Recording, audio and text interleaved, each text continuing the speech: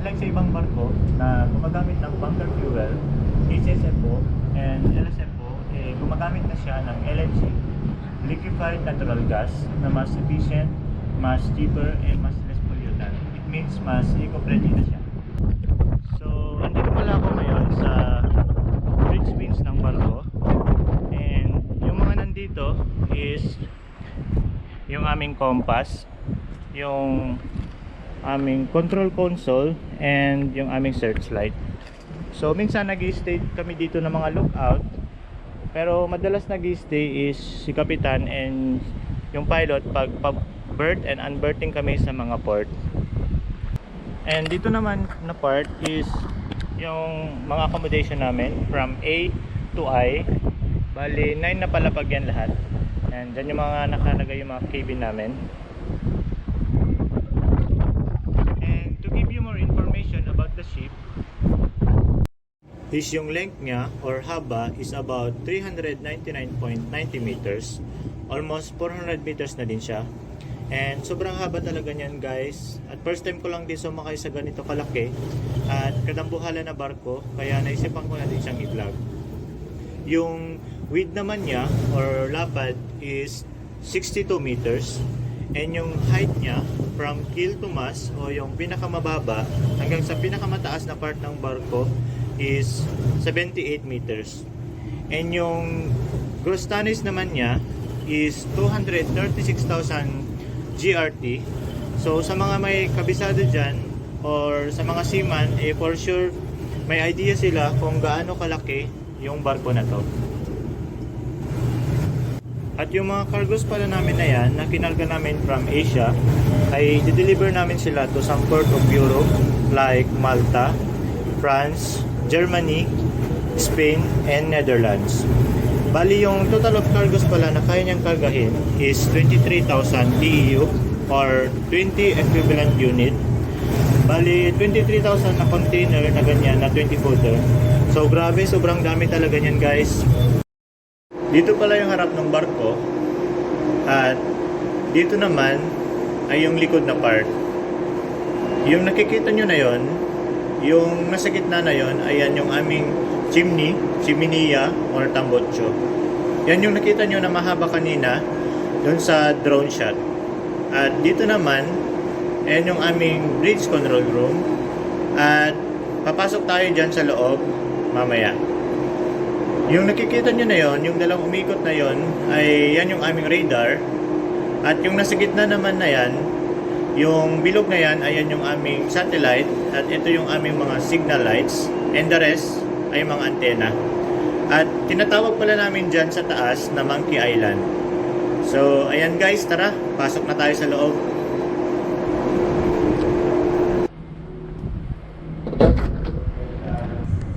So ayan, ipapakita ko naman ngayon yung mga equipment dito sa loob ng bridge control room namin. And yung naka-duty ngayon is yung gwapo naming second mate. Yan, si John Mark. And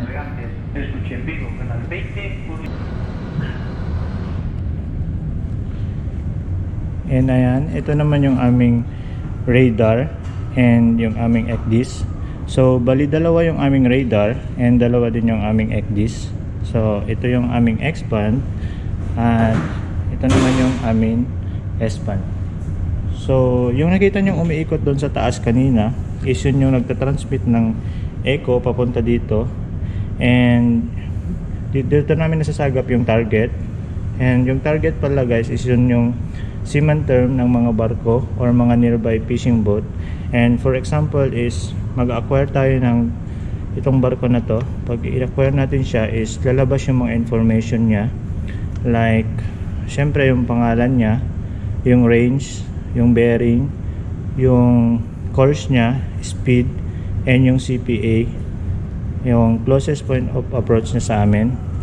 And nakikita na rin namin dito yung destination niya and yung ETA, and kung yung vessel type niya and mga lek, and some other information about the navigation. And nakikita na rin namin dito pag may ulan up ahead. Yan. And yung ECDIS naman namin is yung Electronic Chart Display Information System. And ito yung nagsisilbing mapa namin sa barko. And dito nagpa-plot yung navigation officer namin. And dahil high-tech na ngayon is paper chartless na siya. And dito na lang siya nag-edit and nag-input ng mga passage plan or yung ruta. And nakikita rin namin dito yung pag may mga nearby na mga island katulad niyan, nakikita na rin namin dyan yung mga lighthouse, mga buoy, and yung iba is mga depth ng dagat.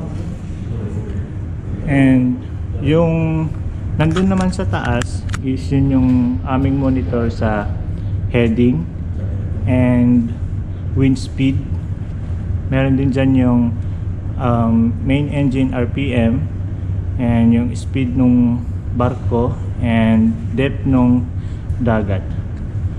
So ito naman is yung aming gyro compass. Ito yung ginagamit namin pag kukunin namin yung bearing ng target, yung barko. Yan. And ganito pala guys yung view namin everyday pag nag-duty kami dito sa bridge. Walang katapusang dagat. Ito naman yung aming engine telegraph. And kumbaga sa sasakyan ay ito yung accelerator niya or cambio. Meron din siyang parang primera, segunda, tercera at kwarta, pero iba lang yung nakasulat. And meron din siyang reverse. And for now is naka full ahead kami. And yung takbo niya is 16 knots. So kung i-base mo sa sasakyan niyan is nasa around 30, more or less 30 km per hour siya. And yung iba naman dyan is yung mga indicator. So meron kami itong mga rudder angle indicator and mga RPM indicator. And the rest is mga control and alarm buttons and another compass. Yan. And meron din pala siyang sariling monitor dito. Yan. Dito nakikita rin yung mga heading and mga speed. And ito naman is yung steering wheel or manubela ng barko. And ito pala yung main na trabaho ko dito guys. Bali wheelsman, timonel, or in simple way is driver ng barko. And for now is naka-automatic siya kasi nandito kami sa open sea. Pero pag pa-arrival kami sa mga channeling or mga port is mina-manual to, and dito kami pepwesto. Tapos susundin lang namin kung ano yung command ng kapitan or yung pilot, and parang magda-drive kami dito, ganun. Yung mga command naman ay port side and starboard side. Yung port side ay kaliwa, yung starboard side naman ay kanan. For example, yung command ay port 20, ilalagay namin tong wheel sa 20 degrees sa kaliwa, and pag starboard naman ay ilalagay namin siya sa kanan ng 20 degrees. And yung midship naman ay ilalagay namin sa gitna or sa zero.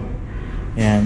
Pag sinabi naman na steady ay papatigilin namin yung paling or swing ng barko at papadiretsuhin lang namin siya sa course na binigay. And meron din pala kami mga naka-install na mga CCTV dito para ma-monitor namin yung mga access or mga sensitive na part ng barko katulad ng mga engine, mga purifier. Pag in case na may sunog makita namin siya agad. And ito yung aming VHF transceiver. Yan, dito kami tumatawag sa mga barko na kasalubong namin or pag dito namin sila kinokontak. Dito naman is yung aming mga navigation light control panel and fire pump control panel, mga alarm buttons yung iba dyan, and dito na rin yung aming echo sounder control unit. And ito naman yung isang favorite ko dito sa barko namin, yung malaki naming iPad. Yung aming ECDIS repeater. So, nakikita na rin namin yung mga target namin dito na mga barko guys. And pwede rin kaming mag-acquire. And lumalabas na rin dito yung mga information niya. And yung mga to is mga island. Yan, isum out natin.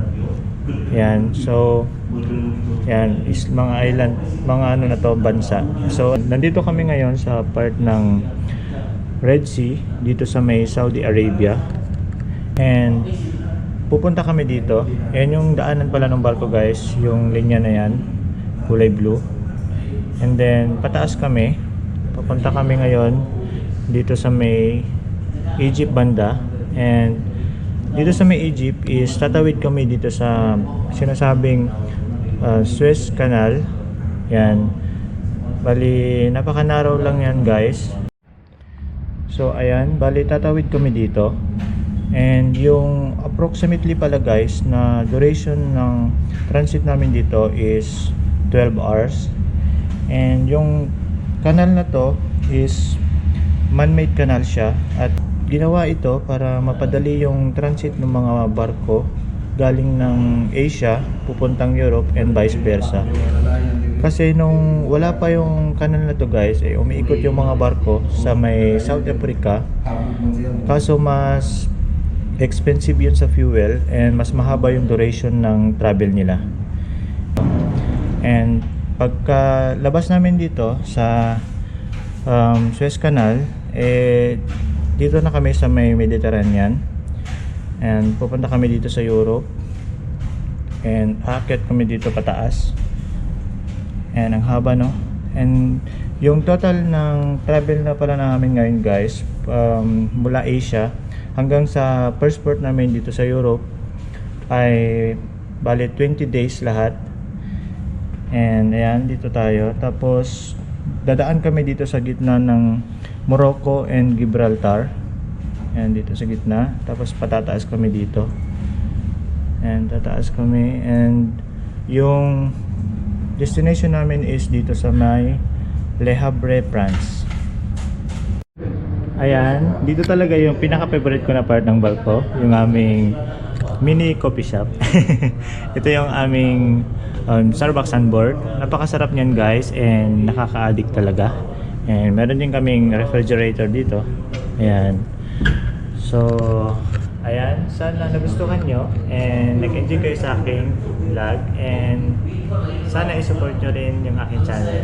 See you again in my next vlog. Ciao!